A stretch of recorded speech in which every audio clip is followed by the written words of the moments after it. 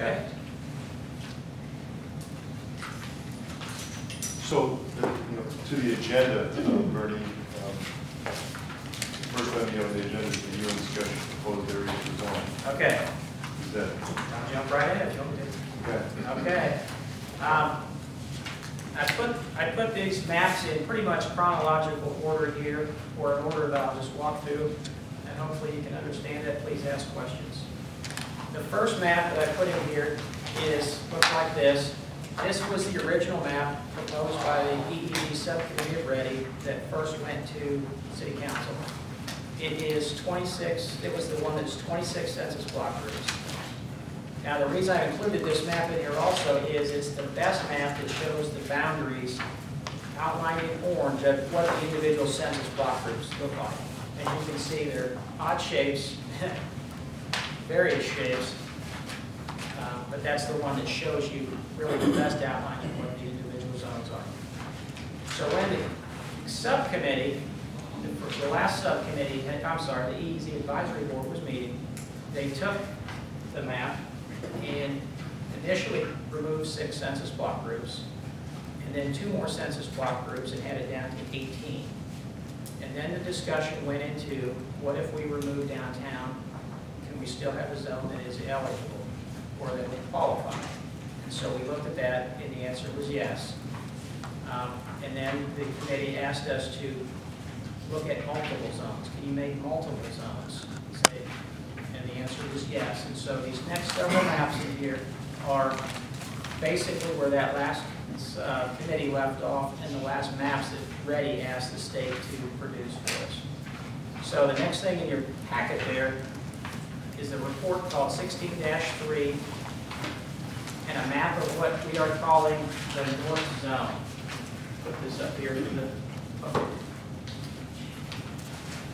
This is one. Sorry, right there. This is that run that's in there, 16-3, relates to this zone, what we're calling a North Zone. This is 8 census block groups,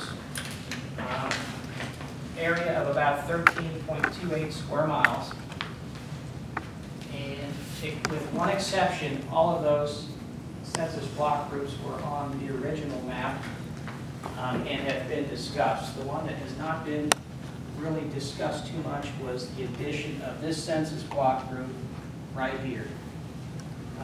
The reason that was added is that there is a company that is considering Columbia that has looked at facilities around Columbia. The only facility that would work is in that particular block group, and they're looking at other cities, and their incentives, because they are funded by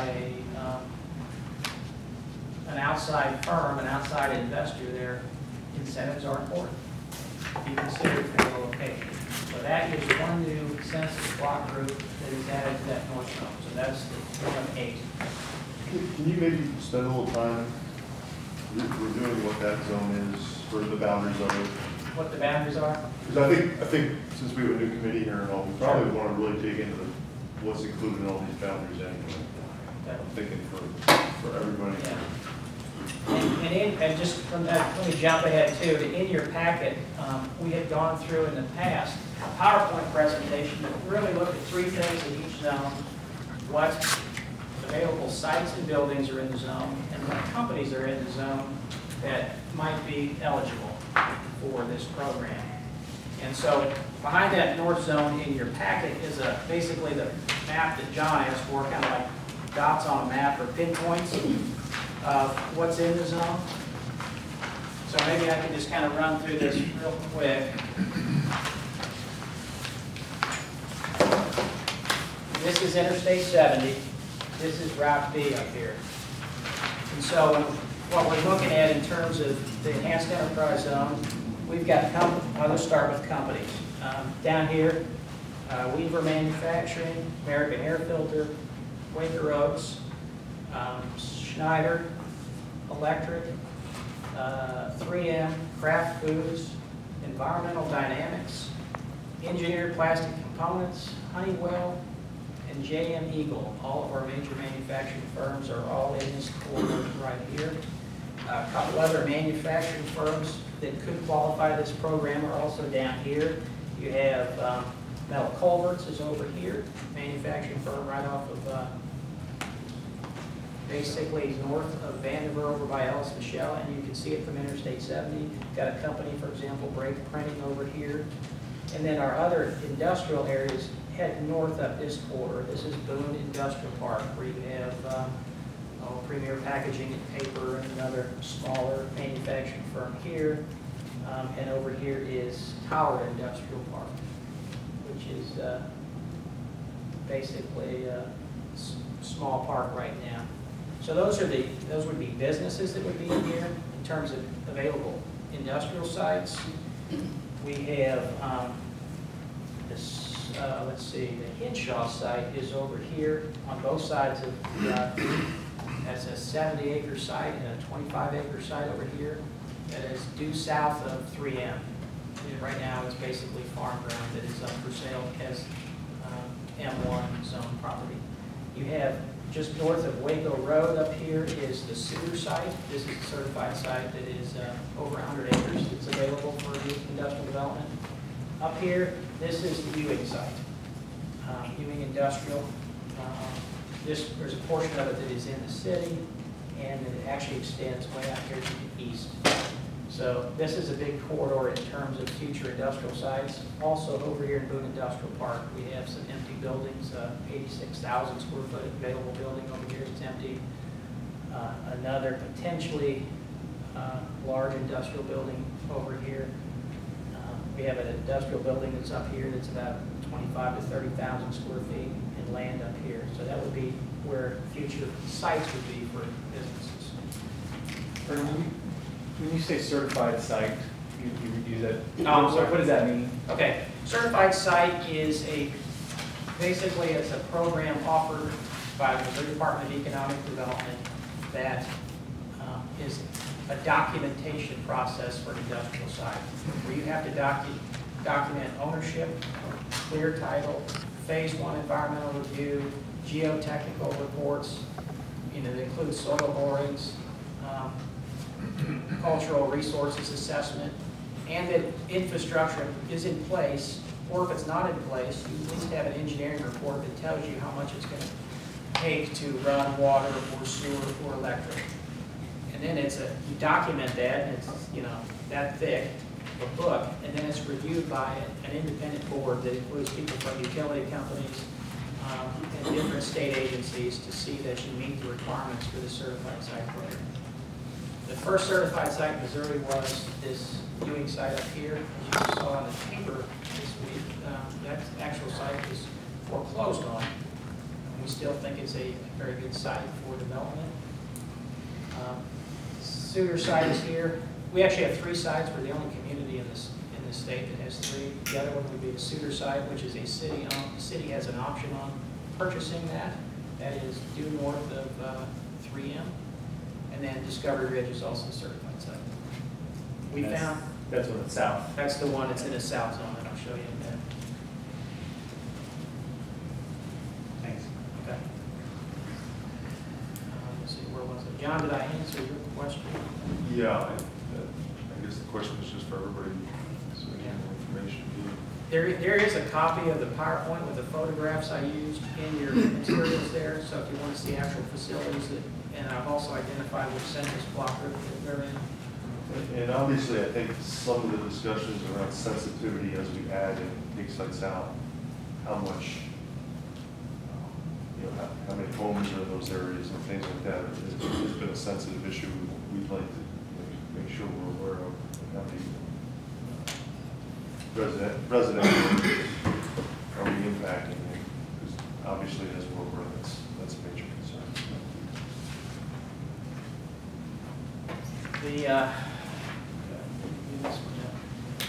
The other, and we shared with these draft maps with the other EEZ advisory committee, and that's kind of where we left off. Now, when I say draft map and official map, it's a distinction there. Official maps, if you will, have to be prepared by the Geographic Resources Center at the University of Missouri. that has the contract with EEZ, so we can work off draft maps all we want, but we have to have them produce a map that shows that the zone is contiguous. And so that's what all of these versions are, maps that we've gotten from the Geographic Resources Center. This is what we're proposing as a south zone, or what the committee asked us to prepare a map for. This is 4 census block groups. It's identified in your book by the run, 15-4. It's 20.8 square miles. And as you see, that one goes certainly outside the city limits of Columbia. Let me grab my dot map here and I'll tell you about this one. So if you look at the assets within this zone, up here is the Columbia Jobs Foundation site. This is a site of 22 acres that's owned by a nonprofit, city-county community nonprofit. And then we have options on the rest of the land out here, about 160 acres in total. And so that's why this is important to have, or felt important to be in the zone. South side here is an industrial area. This is, down here is Oats Common, which is a manufacturing firm that makes auto parts, primarily for Japanese cars. Up here, there's a lot of warehouse distribution companies, and another small manufacturing firm over here. Tradewinds industrial site is over on this side of, on the south side of I-70. That has about, let's say, 50 acres or so of industrial sites, plus an available building that's could be an employment location. So we've got this area here. This over here is Lamone Industrial Park. Again, another big concentration of companies that could benefit from this program. You have Dana Corporation in there, Gates, Linen King, Carfax, IBM. So a combination office and industrial here, right here.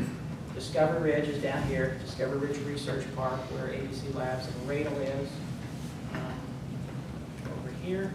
This census block group, and the divider is right here. So there's 1, 2, 3, and 4. This one has a lot of, this is over where the new Catholic High School is, and new regional offices are going in over here, are proposed to go in over there. Missouri Department of Conservation, for example, has their new offices out here. We've seen some interest from back office, regional office type companies liking this location over here. I believe Columbia Insurance Group has indicated they've already purchased land down there for future expansion. So we see this more as an area for regional office development. This census block group here includes, well, to orient you, the State Farm facility. Just north of that, they had 100 acres that they own. And they recently sold, I believe it was 25 acres to University of Missouri, which means there's 75 acres there for development for regional office type projects, office type developments. And if you look at the NAICS code list, you know, some of the professional, technical type companies could locate in there. The other thing too that this one has is some office space. One thing we're lacking here is available office space. For example, the Buttonwood office building has the top floor available. There's a 7 Oaks office building. There's some office sites over here, over there by the Buttonwood building. So that's kind of gives you an overview of that census block group. So if you did this, a north zone and a south zone, that is 8 plus 4 census block groups. That's 12 from the original 26. Questions so far? All right, and then we did prepare one more map here. I believe we had a request to look at one single zone, but if we, to take out this census block group and make one single zone here, how would you do that? So the only way we could really accomplish that, to take this one out and connect and make one single zone, was to add in 3 census block groups here. This one, number 12, which is I-70 and 63 on the southwest corner. That one was one of his original, that was a census block group that was in the original 26. And then we had to look at adding in 2 other smaller census block groups here to make it contiguous and to make it qualify as a zone. This is in your report as number 19 as a run.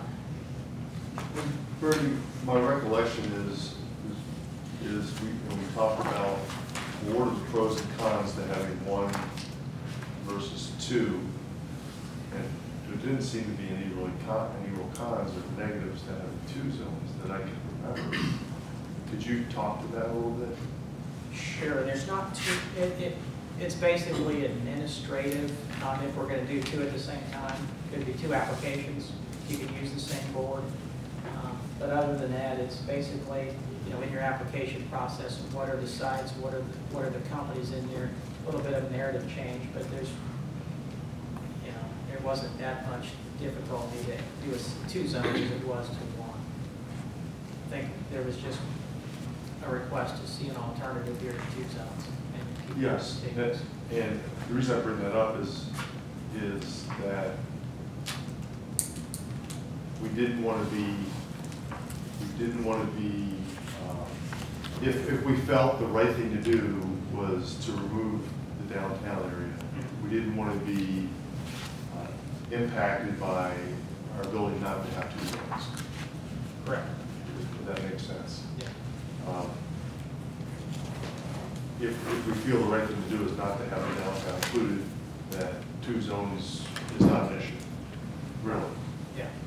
Does that make sense to everybody? I think obviously that's the discussion we need to have, but in other words, the negative, there's not a big negative to having 2 zones. No. The trick in all of this is the zone needs to be contiguous, and it needs to meet the qualifications of the population, unemployment, and poverty. So when you go to smaller zones, for example, you just, for example, this zone has much lower poverty numbers than the rest of it over there and the surrounding area. So you just have some limited ways to get an area like this in a zone, as opposed to if you're over here where most of the census block groups would qualify on their own. Did that answer your question?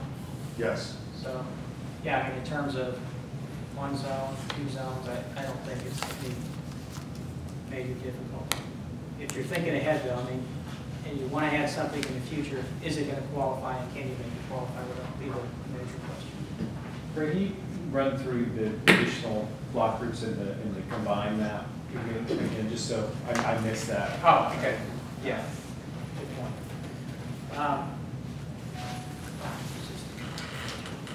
So to make this one a 4, I'm sorry, this one is now 3. To take this one at 3, connected to the north zone, we had to add in 3.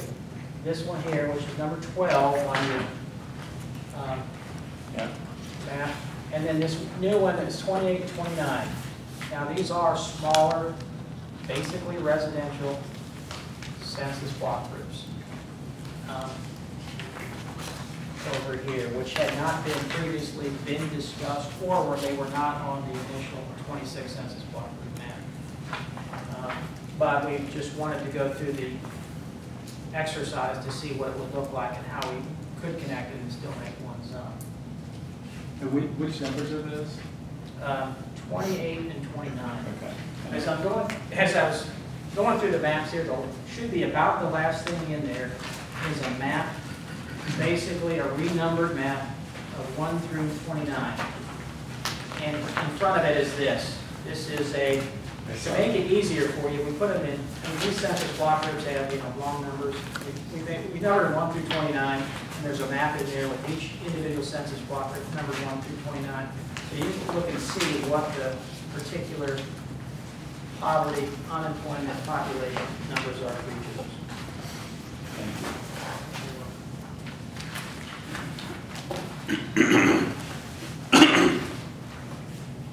So, I've done all the talking. I will sit down and let you guys begin your discussion or answer questions. Before you sit down, some of the people I represent had concerns with the accuracy of the census data. We had also discussed this. some of this is based off of 2000 information, some of it's off of 2010. Is there a way we can make sure that we're using the most accurate census information, i.e. 2010 for everything? And if we do you see a significant difference in our zones, or how our zones look on the map? Have you had any experience with that? Yeah, those are great questions. We have no control locally over the data that the state uses, what year it is for applying for the EEZ. The poverty information is still 2010. I'm sorry, 2000. They won't have the 2010 available for the program to roll out until sometime in the last quarter of this year, but we don't know a firm date. Is that state quarter or what? Yeah, calendar year. So sometime. Okay, calendar year. Yeah, sometime the last 3 months of the calendar year. Now, the unemployment data that they use is actually more current. If you look at the run, the state is required to update the unemployment data at least once a year. And this is for December 2011. That's the last time they're going to update the unemployment information until they do have the new 2010 poverty information, if that makes any sense. So in terms of poverty, it has to meet, the zone has to meet the 60% level. At least 60% of the residents are below 90% of the median household income. So that's one. It can either be of the state or the county.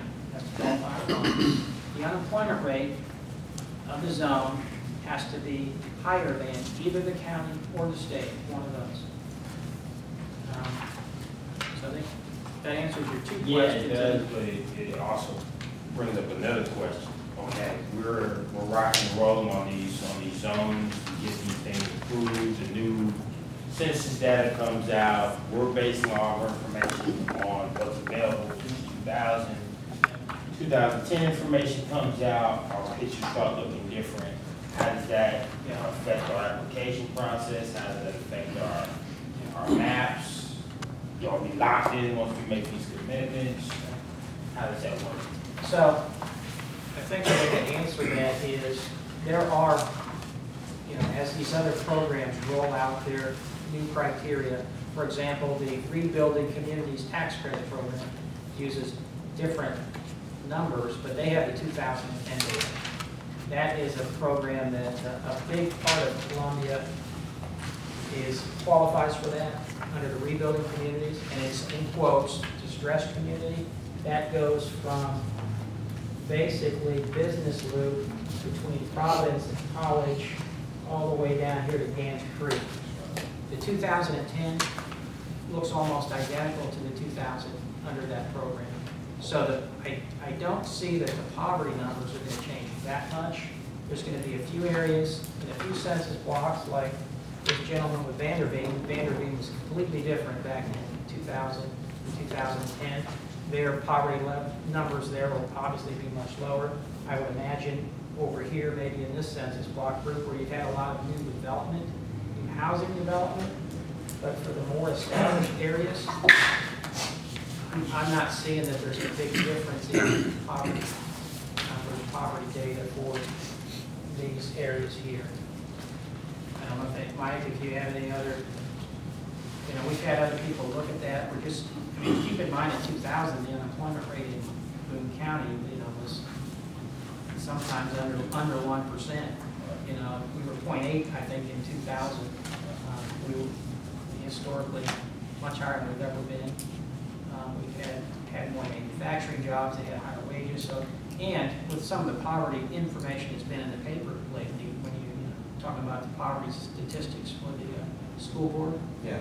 and all other reports, the poverty is going up. So I don't think it's going to materially change, except in a few census blocks like the ones that have had a lot of new housing development. My understanding, and is imperfect, but my understanding is that the data are available. All the data have been released from the 2010 census, including the socioeconomic data, which is not part, it's the census has subcontracted the socioeconomic piece out to the American Community Survey.